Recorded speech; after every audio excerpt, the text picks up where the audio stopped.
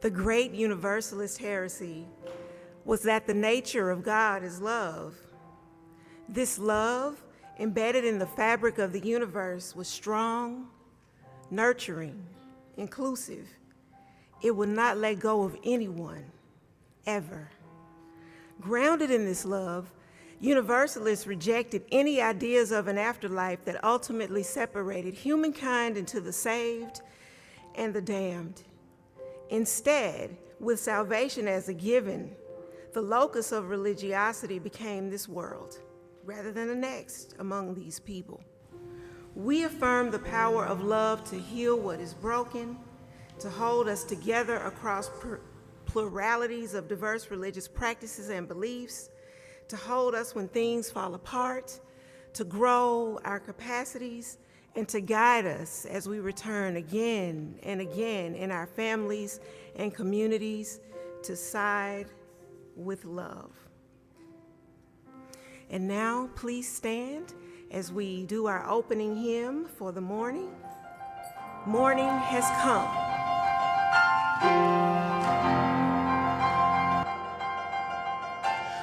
Morning has come, arise and greet the day.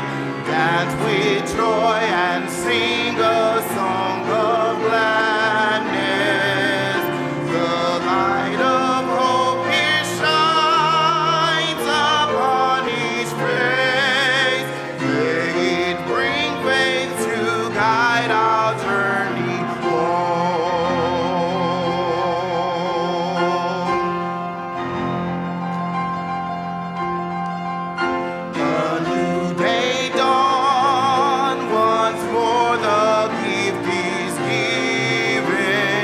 Wonder feels these moments shared together. The light of peace here shines upon each face. May it bring faith to guide our journey home.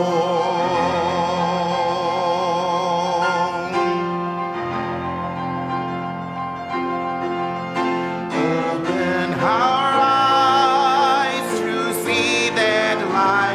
abounds. Open hearts to welcome it among us. The light of love here shines upon each face. May it bring faith to guide our journey home. So welcome to the Unitarian Church of Echoey Microphone Baton Rouge. My name is Nathan. I'm one of your ministers. Online people, we are glad you are with us. If you are local and online, is that the first thing I want to announce? No, I don't. Wait on that, new people, online people. First of all, was it Friday night or Saturday night? Last night, Saturday night. Saturday night. There was a film that was showed 1946 about the first time the word homosexuality showed up in the Bible. It was 1946. And anyway, Reverend Chris and our own Don Hoppy both spoke at that event. We had 17 members of this church there, and I just wanted you to know that that happened. Now we're going to go extra out of order. Next week is our annual gospel service. It's also Bring a Friend to Church Sunday, and it is also our Connections Fair. So all of the ways to get involved in the church will be basically advertised next week. Every group will have a table. And do you know, I gave away the answer, but do you know the most effective way to grow a church? Oh, bring a friend. That's actually true. Like billboards, newspaper ads, radio ads don't do anything compared to just a personal invitation. So next week's the gospel service, a big, big deal. Bring a friend to church on Sunday. Today, we have a group of people who are cooking pancakes. During middle hour, go get pancakes. There are egged and milk pancakes, and then there are vegan/gluten-free pancakes, and they will be over there.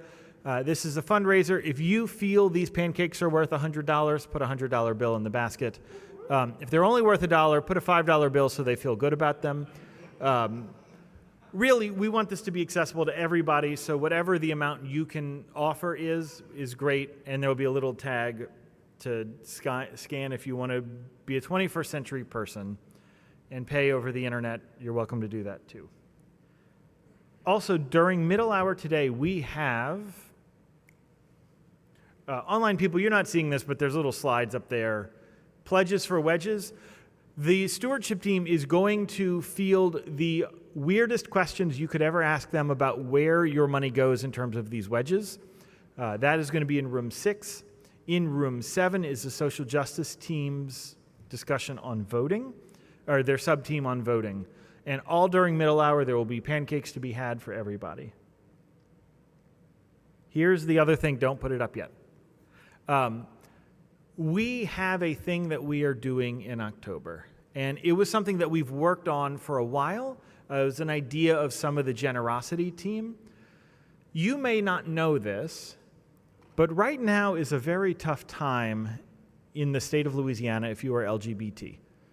This may be a shock to some of you, but it has not been great. And we thought, what is a thing that we could do that would really energize and support the local community, but also do it from a UU perspective? So we are going to have Queer Fete. Don Hoppy, who's clapping, made the graphic, so thank you for that. We have recruited UU musicians from around Texas and Louisiana to come, and to maybe Vermont. You hear that? If you're watching, the person in Vermont, we have asked and is thinking about it. Do they watch? We'll say yes. Ish. Anyway, we're recruiting people. This is going to be like a big, big event for this church and for the community. And the idea is that this is just a respite, a time to celebrate and be together. So that is going to go on October 19th. Oh, are y'all good? Also, we have a brass service coming up. We've got a stewardship drive. We've got all sorts of fun things coming up. It's good to be together. So let's start today with a prayer. Would you join me in a moment of prayer and reflection? The God that we know when we see love and hope and kindness and family and justice, be with us on this day. And hold all those who are gathered here together. Hold all of those in the larger world. All who are longing for a world of peace, where ancient sins have been rectified and do not continue to perpetuate harm, where each person can find their peace. Hold all those who are in transition right now, those who are finding new lives or new chapters. Hold all of those who are gathering today. Help us to know that we are blessings to the world. Help us to know we are loved. Amen.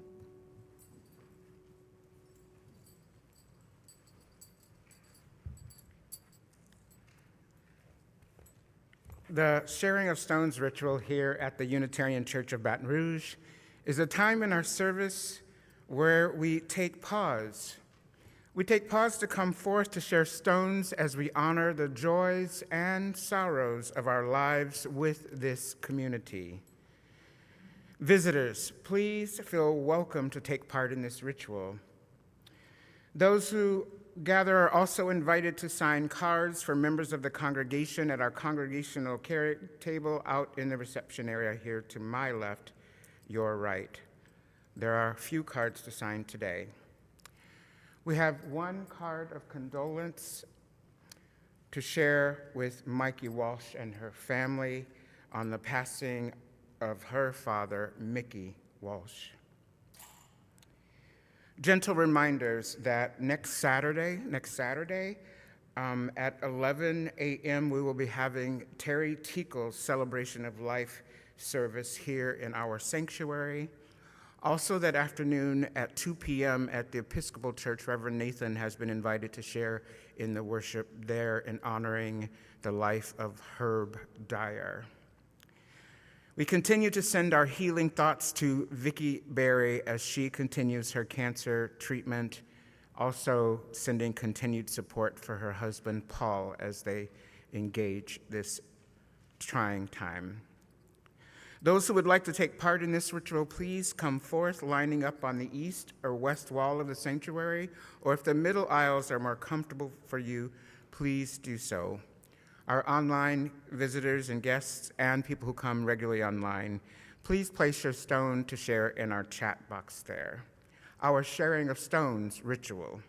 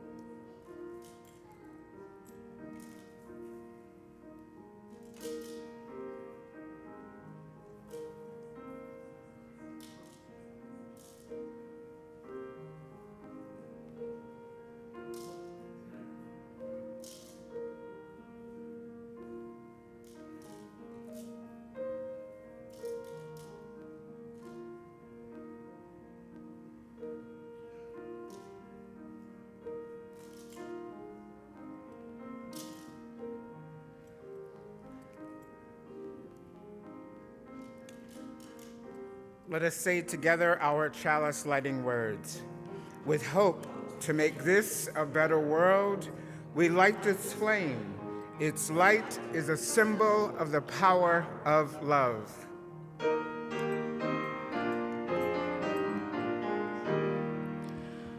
From all that dwell below the skies, let songs of hope and faith arise. Let peace, goodwill on earth be sung, through every land, by every tongue.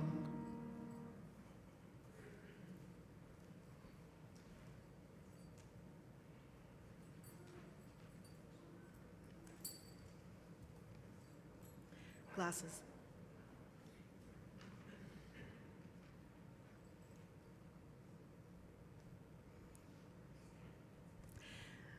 Our lesson this morning is a wisdom story. This is a story that is not a true story, but there is truth in it. Listen and see if you can find the truth for you. In a place that was and was not here or there was a church. It was a plain and simple church with wooden chairs and a wooden pulpit behind which the minister stood on Sunday mornings. The sun tried to shine in the windows, but the dust from many rainstorms made it hard. And the seats, they were H-A-R-D, hard. Even the piano went plink, plink, plink. It had not been tuned for years. So one day, one of the children who went to the church was at the store. Not just any store, but a mysterious little store at the end of a long, winding little street that sold incense and sparkly stones and little statuettes. They were turning over the coins in their pocket, thinking about their church and how much they loved sitting in the sacred quiet and singing and seeing their friends. Suddenly, they spotted a beautiful little vase, and they just knew it would be the perfect thing to set in front of the pulpit at their church. When they brought it up to the shopkeeper and said, "I'm buying this for my church to make it pretty on Sunday mornings," the shopkeeper got a big smile and replied, "What a great choice. You know what? This is a magic vase." "A magic vase? What kind of magic?" Good magic. You'll see. And the child took the vase to church that very next Sunday and put it on the floor in front of the pulpit. It sparkled and it shone, and it made the pulpit look so pretty. Now, another child who usually sat in the back of the church looked at that and said, nobody can see it if they sit in the back and not in the front. So they ran to one of the classrooms and got a little table, and they put it in front of the pulpit and put the vase on it, and everyone could see the beautiful vase.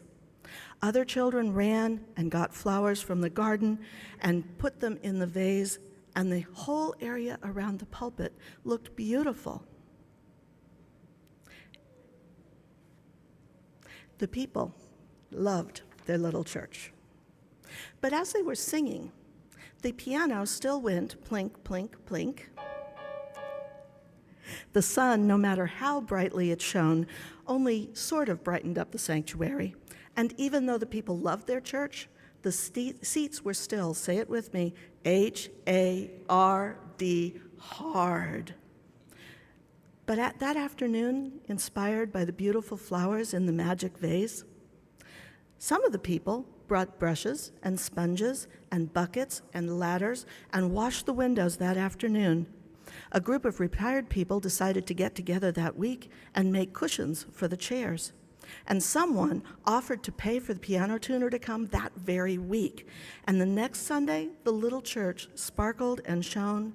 The seats were so comfy. The music was so beautiful. And all the people were so happy in their beloved little church. And so I ask you, where did the magic come from? Was it the vase, or was it something else?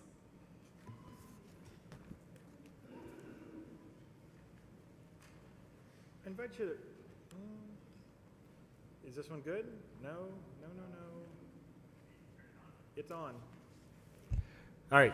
I invite you to rise. Let's sing our next hymn.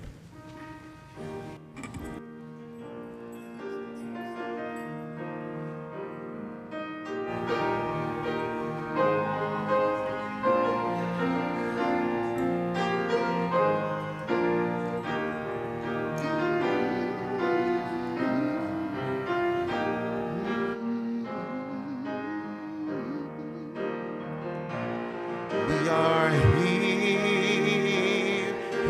together in this holy moment, and we're grateful for the winding road that brought us to this place. We will spend time together in these holy moments. Give us strength to go down the winding road until we meet again. We are here together in this holy moment, and we're grateful for the winding road that brought us to this place. We will spend time together in these holy moments. Give us strength to go down the winding road until we meet again. And our prayer for you is a peace that's true until we meet again.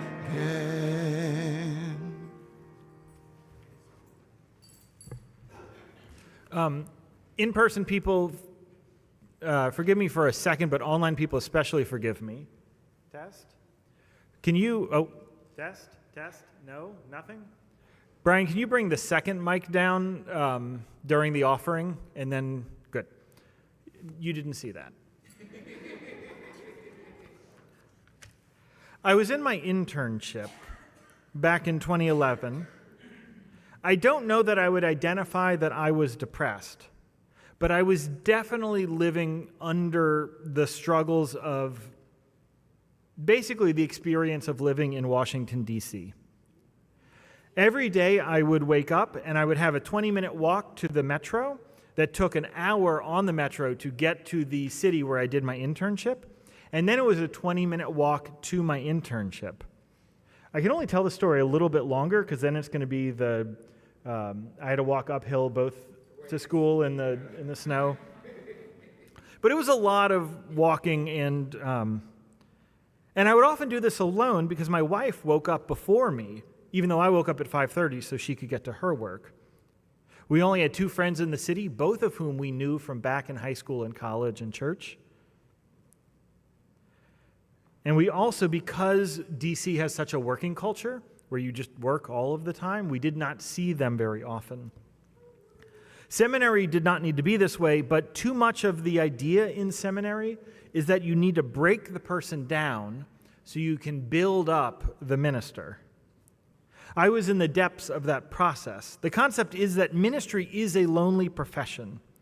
My job is to care for you and for me to get my needs met elsewhere. That is correct. I'm not criticizing that. But the process to get there and the time in ministry can be very lonely. And I would make this commute alone every morning. And I would walk alone every morning. And because the church only employs a few people, there were decent odds that my first few hours in the office would be alone as well. Because the minister's job is ambiguous, and most of that job comes from knowing you, it takes time to build the capital with the people that you serve so that you will then bring to me the things that you are wrestling with or concerned about, the things you want to build in this church. So until you amass that capital, you kind of don't do a lot as a minister.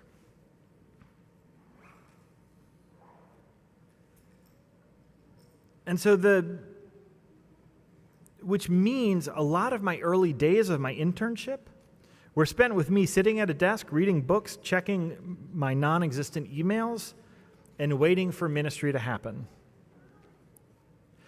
This was the farthest I've ever lived from my family. It was the most broken down my training had made me.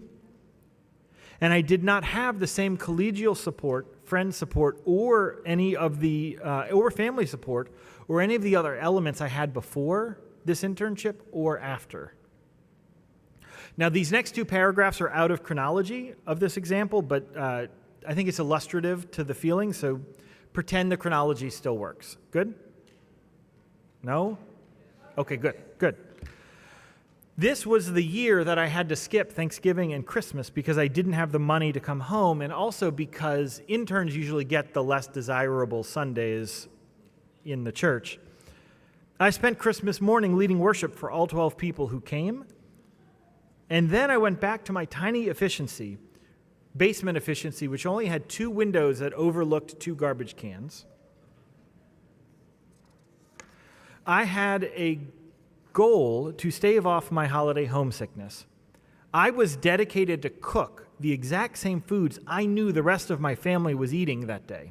The same food that they'd eaten for the last 50, maybe 100 years, including but not limited to the Bisquick sausage.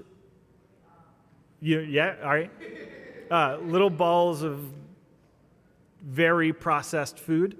The way too sweet potatoes. The LeSueur, fancy LeSueur, we got one of those, canned peas that we boiled for some reason. The only 2 catches was I had to make them vegan because of the being vegan, and they had to only be enough food for 2 people because I didn't need a Christmas meal for 2 of us that lasted for months. But all of this is to say, when I was getting ready for that church's ingathering service, I felt quite alone. And remember, a lot of early ministry in that office alone consisted of me surfing through collegial ministerial groups or either on Facebook or combing through the internet for UU sermons, basically anything to cobble together the idea that I was actually doing ministry until the people showed up. And right around ingathering time in September in Maryland, the First Unitarian Church of Rochester released this video that their minister said they spent the entire summer making. It was a promo video for their Ingathering Sunday. And this is before COVID pushed all of us to make videos, so this was a unique kind of experience. They gathered the whole church to rewrite, act out, and perform and compile a music video for a Unitarian Universalist version of the song, I'm Coming Home. The very last line was said by a 2-year-old held in her mother's arm that says, "It feels good to be home." I know this because I watched this video over and over, both because I was homesick, but also because it did an immaculate job of communicating the importance of coming back to church, a church that has helped you know you were okay and welcomed, even when you felt at your lowest. Ingathering is a ritual that we have in Unitarian Universalism, and it goes back to some pretty geographically and class-specific reasons. Does anyone know why we do ingathering? All right, good. We're going to learn it. Oh. The people who are paid to know it, or who are married to someone who are paid to know it, all know, so we're doing well.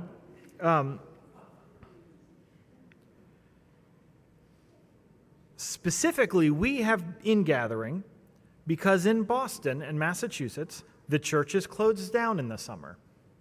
I don't know why. It seems like if there's any time of the year you would not want to close, it's when things are pretty. But, they don't have air conditioning or whatever. Anyway, so a lot of the members of those churches would go to Cape Cod for the summer, or so I've been told, and close the churches. They would open back up after Labor Day. Because most Unitarian Universalist churches got their start out of this white New England tradition, most of the churches started closed down in the summer. When they located churches in other parts of the country, they were intentional to select white parts of the country and academic hubs in parts of the country. And under the false presumption that only highly educated people would be attracted to this faith. And summer was the time of year that educators would go away, between semesters. We used to have the summers off here at this church. The minister was away summers too. But the problem was that people kept showing up. Because school starts here in August, July is church shopping month. It did not make a lot of sense for people to come here in July looking for church or come here in August ready to start the year, and the church was closed because rich UUs in Boston were at Cape Cod.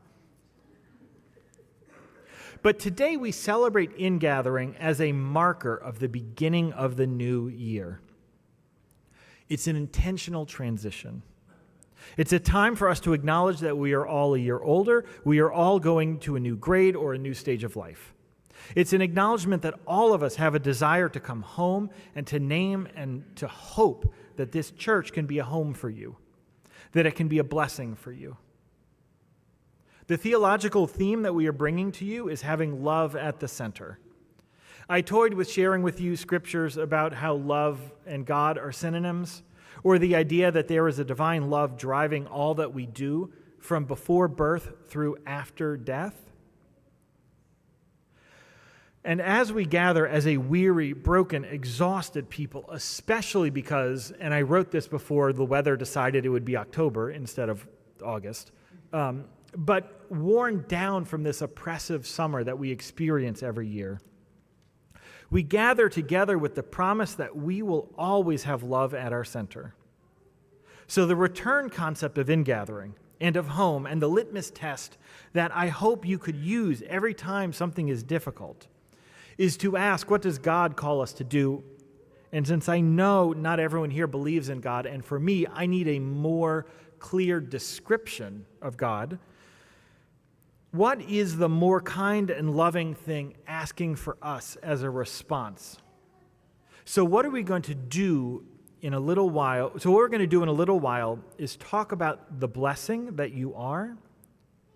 We will bless your backpacks and your diaper bags and your briefcases and whatever it is that you carry your stuff into the world with. We are going to attach a blessing from us to you, and then we will send you out into the world to go bless the world.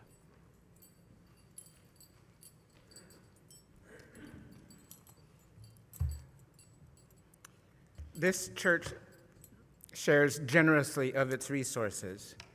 One of the many ways that we share generously and with humility is that we share 1/2 of our monthly offering with a local organization that is extending our mission into the community in multiple ways. This month, our collected offering will be shared with Humanities Amped. Say, Humanities Amped. Say, Humanities Amped.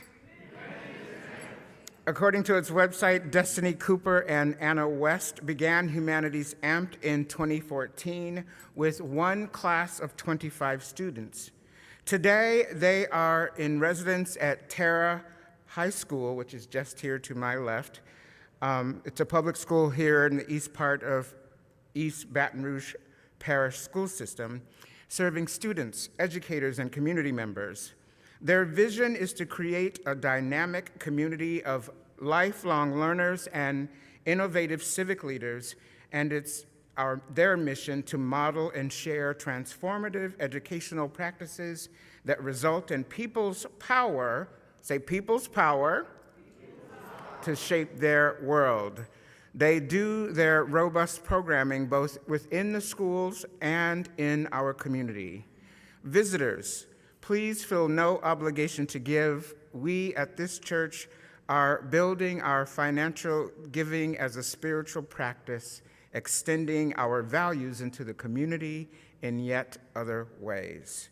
This morning's offering will be humbly shared and accepted and shared in the same spirit. Please give generously. Will the ushers please come forward?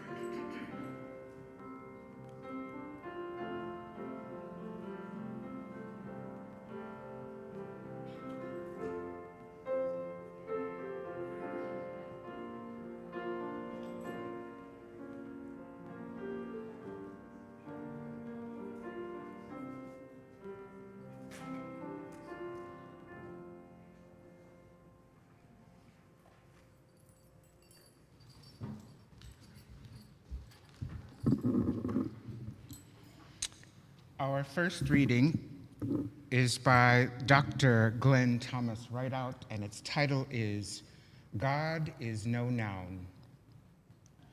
God is no noun, and certainly not an adjective. God is at least a verb, and even that shrinks her. God is not so much a woman as she resides in the improbable hope of brown mothers.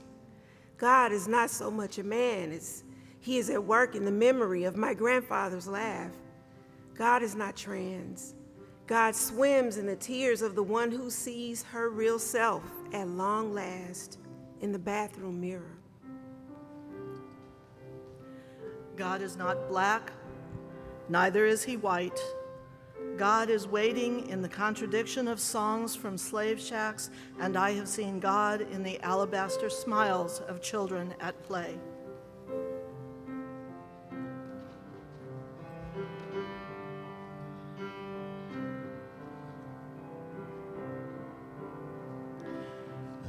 There is a love holding me. There is a love holding all that I love.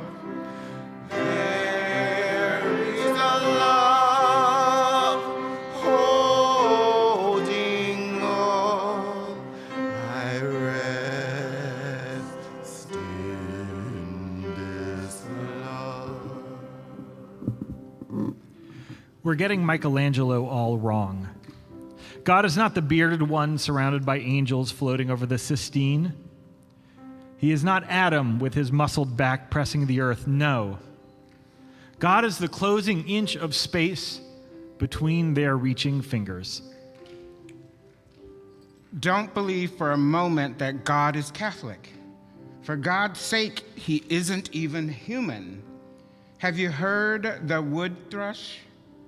When the sun glistens on the Huron, can you see the flowers, how they speak to bees without a word? Still, God is no spring blossom, no wood thrush. God is neither the sun nor the bee. God is what you see in the blossom. God is when you hear the river and suddenly discover how much of it is part of you. To be clear, God is not you. God is somewhere in the 14 billion years which have come to mean that you are.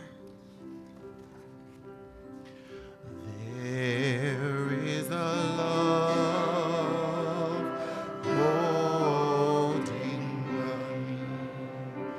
There is a love holding all that I love.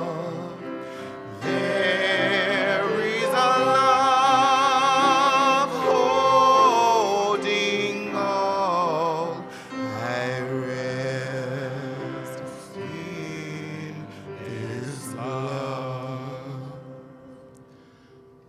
God is, after all, at least a verb. She is neither Pharaoh's rod nor Moses' staff. We must be the ones to cease our slavery. She's not interested in blame, neither does she offer praise. Truth, gratitude are ours to breathe.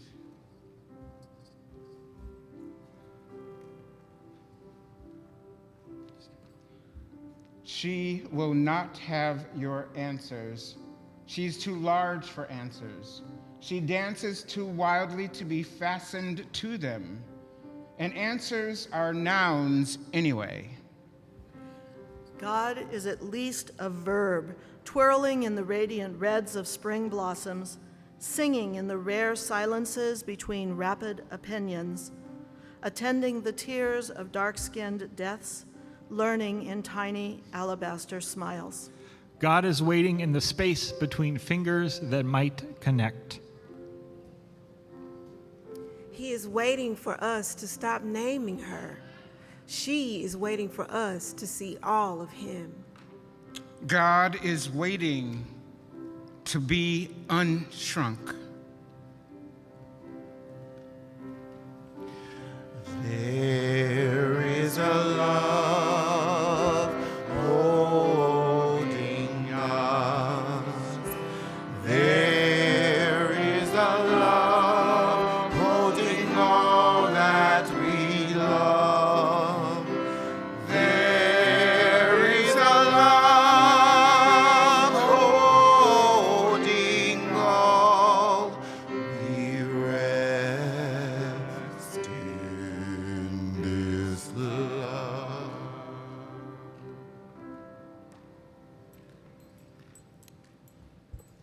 You are a blessing. When you hear the word blessing, what comes to mind? How often does it enter your daily life, and what forms do these blessings take? And finally, who has the power to issue a blessing? Some of the ways that a blessing may be commonly expressed are when some are asked, "How are you today?" The response for aspects of our community, they say, "Blessed and highly favored." Other times, "Bless you" or "God bless you" is shared after a sneeze or even after a burp for humor. God bless you after, God bless you. As you can probably tell by now, blessings take on many forms, and one definition of the word has 6 different ways that a blessing can be expressed from dictionary.com. Blessing is a noun. One, the act or words of a person who blesses. Two, a special favor, mercy, or benefit.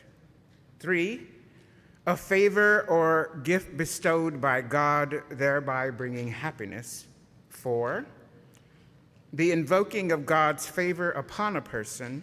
Five, praise, devotion, worship, especially grace said before a meal. And six, approval or good wishes.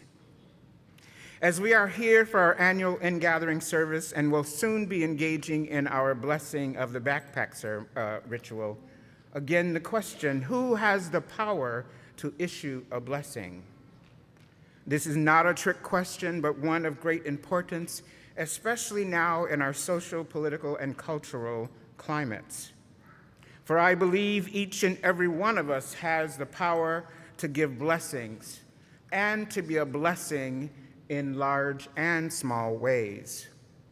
The Reverend Dr. Rebecca Parker, a noted Unitarian Universalist theologian, historian, musician, and one of our country's first female presidents of a seminary here in the United States, she wrote extensively on our power to choose to bless the world in the spirit of love, where love is the center of our interactions, especially the most complicated ones.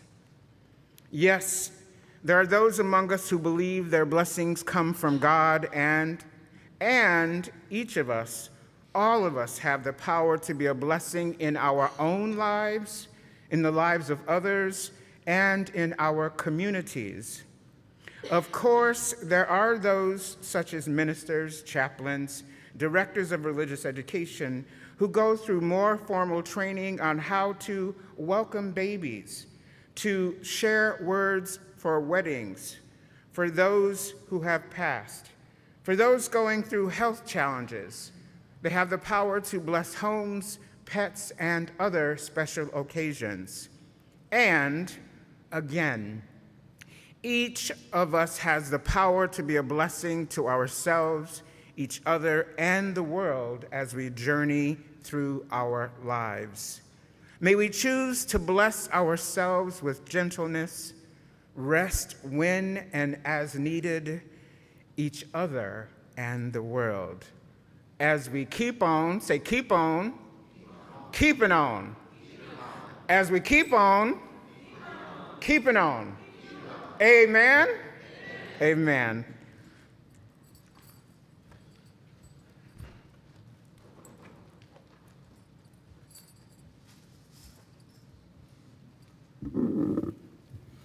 And so, am I on? I'm on. And so, as we come together into our blessing ritual, I am going to invite you to hold your backpack in your hands. And by backpack, of course, I mean your backpack, your purse, your diaper bag, your gym bag, your cell phone, your knitting bag, your keys. If you don't have them with you, hold them in your head. In your mind, because what we are doing is offering a blessing not just to those who carry backpacks, but for each and every one of us. And the blessing we offer today is simply love. Love is the center of our faith. Love flows through you and around you.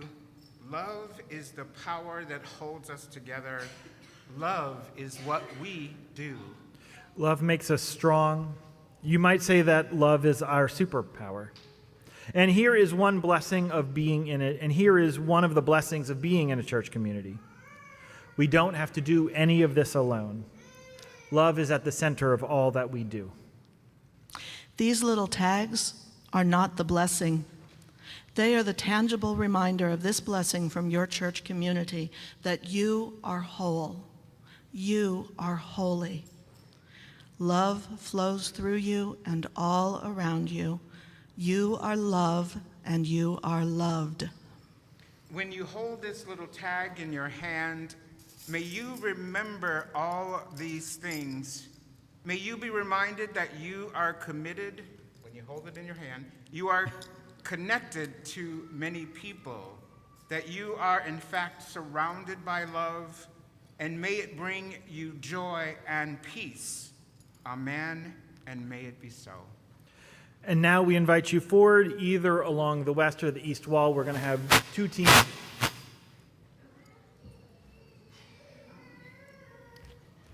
Apparently someone is joining us as well. We don't know who that is. But please come forward. Either we're going to have two stations here and here. Bring whatever it is that helps connect you from your home and your church to the world. Come forward now as we offer blessings.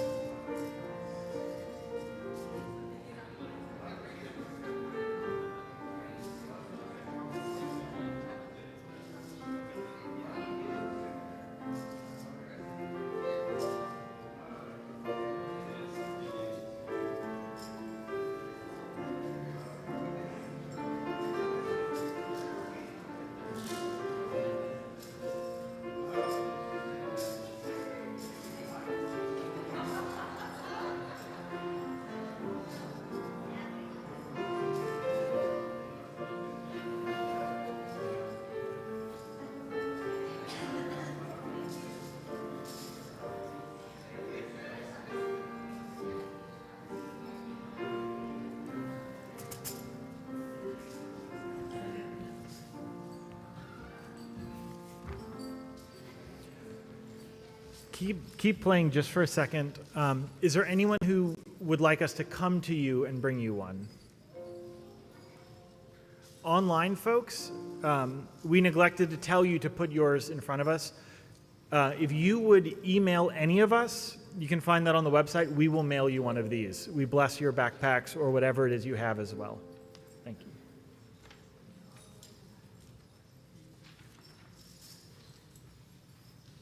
The clinging.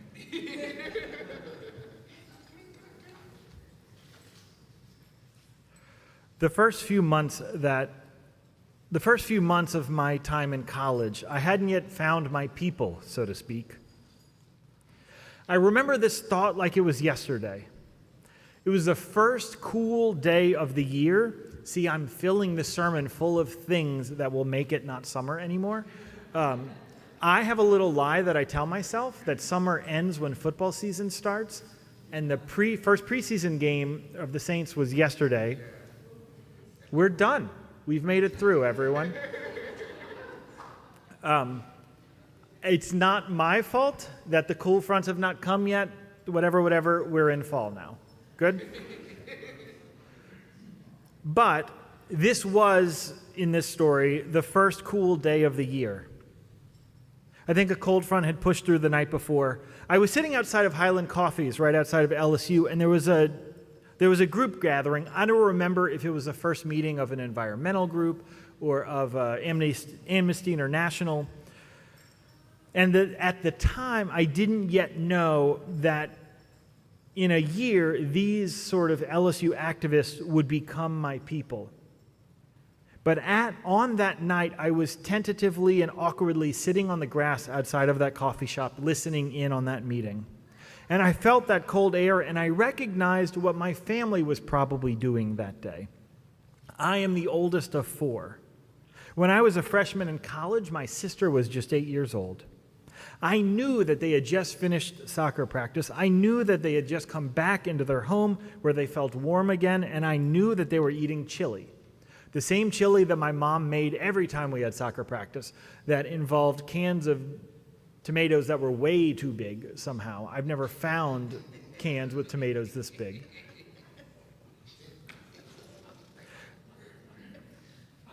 And I knew that they were having that together as a family. And I knew that I wasn't with them. I was feeling what is natural grief. natural fear, natural loneliness. It was a part of the larger plan. We're supposed to grow up. We're supposed to go into the world, into scarier and scarier places. Everything was exactly as it was supposed to be. And yet I still felt alone. That juxtaposition is the blessing that we have today.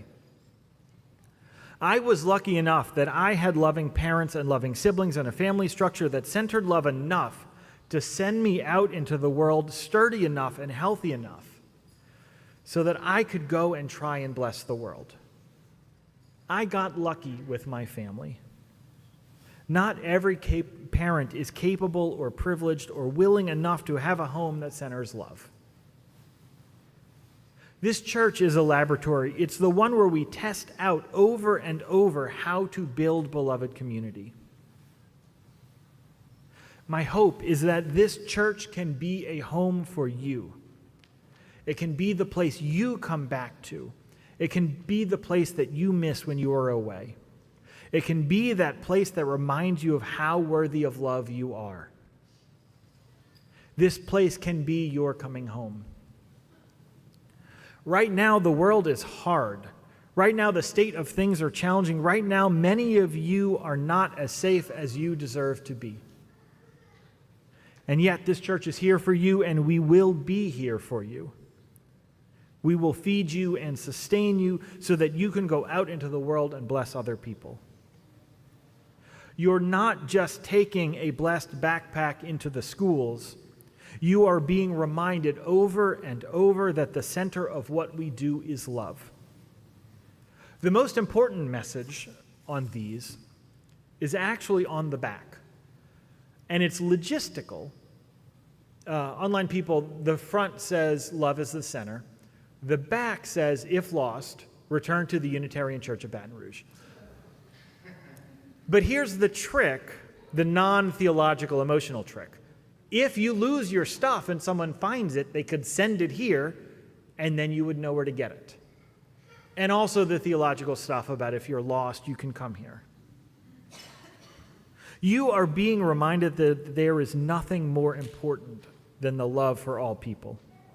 And you are reminded that you were born with a piece of divine love within you. And the world is and can be better because you are here. So we must choose to bless the world. There's this thing that happens in life. It usually happens around junior high, so sorry to some of you. Or somewhere in adolescence, where who you are and who you are deep at your core, it just gets busted up. It gets teased, it gets made fun of. You might have a loving or a generous heart, and you just get rejected one too many times. I think it also happens later in life when the deaths and the heartbreaks and the rejections and the existential sadness pile up and just gets too much. And there's at some point where your body or your brain says, close that thing up, we're done. No one will hurt. No more hurt will come this way. But the spiritual challenge of this life, and the one of the most important things we can do as a religious people, is to keep your hearts open. This church must be a place that enables you, empowers you, and all around gives you the capacity to keep your heart open and healing despite all of the wounds that living this beautiful and complicated life can lend to you. Us being a people with hearts wide open, who are open to the beauty and the heartbreak of this world, who trust that we are held by something larger, that is what we must do to help save this world. We need to be together, to heal, to settle, to be reminded that you are loved and that you are worthy. Once we can do that, then you can go out and bless the world, be the blessing that the world needs you to be. Amen. Let's sing. I invite you to rise.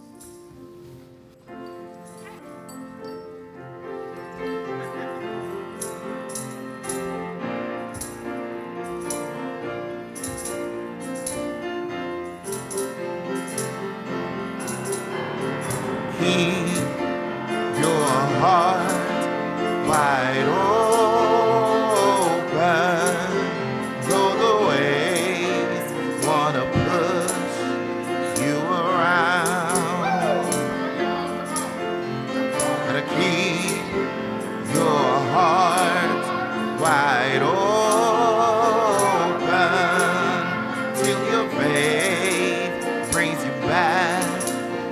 solid ground. Please keep your arms wide open. Although the waves wanna push you around, this is what you gotta do. Please keep your arms wide open. Well, till your faith brings you back to solid ground. Keep your eyes wide open. Though the waves wanna push you around, you've gotta keep your eyes wide open till your faith brings you back to solid ground. Keep your love wide open. Although the waves wanna push you around, this is what you gotta do. Please keep your love wide open. Oh, till your faith brings you back. Can we say love one more time? I don't believe y'all. One more time. You gotta keep your love wide open till your faith wanna push you around. This is what you gotta do. Please keep your love wide open till your faith brings you back to solid ground. As you go out, those who are here eat pancakes, those who are away eat pancakes at home. But as you go out being with each other in this church and in the world, know it is better because you are here, and know it is better because we are here. Go love the hell out of this world. Amen.